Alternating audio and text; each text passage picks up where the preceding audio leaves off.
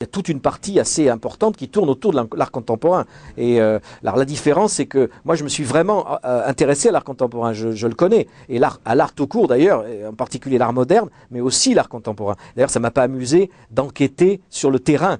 Donc je me suis déplacé sur le terrain et je me suis pas contenté de lire des fiches Wikipédia pour pouvoir parler de l'art contemporain. Donc tant pis, je me suis sali, j'ai souffert parce que c'était très pénible, comme j'ai souffert d'aller dans des endroits horribles que sont le magasin Colette, le Baron, les cocktails littéraires comme j'ai fait, je l'ai mis au Train Bleu, et puis les conférences de presse de Canal+, etc. Vous voyez tous ces univers infernaux, je les ai visités. Donc c'est pas le cas de Michel qui lui s'est contenté de se balader en France et faire les relais des châteaux avec sa carte Michelin en main, quoi.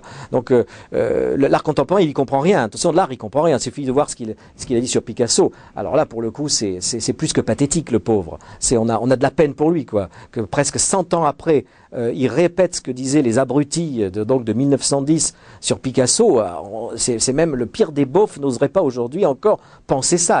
Alors, on peut croire que c'est son personnage qui parle, c'est-à-dire le personnage qui s'appelle Houellebecq lui-même, mais pas du tout. Il a réitéré ça dans des interviews et il assume très bien. Bon, mais qu'il n'ait pas compris Picasso lui donne une certaine, quand même, on peut douter de ses compétences en peinture et en art, quoi. Il a été trop pris au sérieux. Ce qui est touchant et ce qui est réussi, c'est justement cette distance. Parce que moi, je le sais puisque je l'ai travaillé, cette distance. Donc, j'apprécie le fait qu'il ait travaillé, qu'il ait tenu jusqu'au bout cette distance avec lui-même.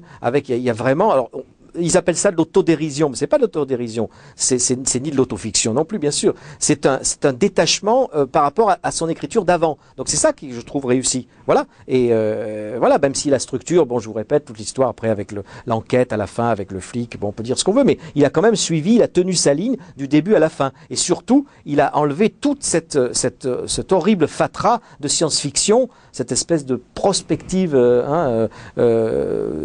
SF qui gâchait beaucoup de choses dans ses autres livres et qui moi me pompait l'air, quoi. Voilà, et là au moins c'est quand même quelque chose qui se passe. Sinon aujourd'hui, en tout cas, il essaye en tout cas de se colter le monde contemporain.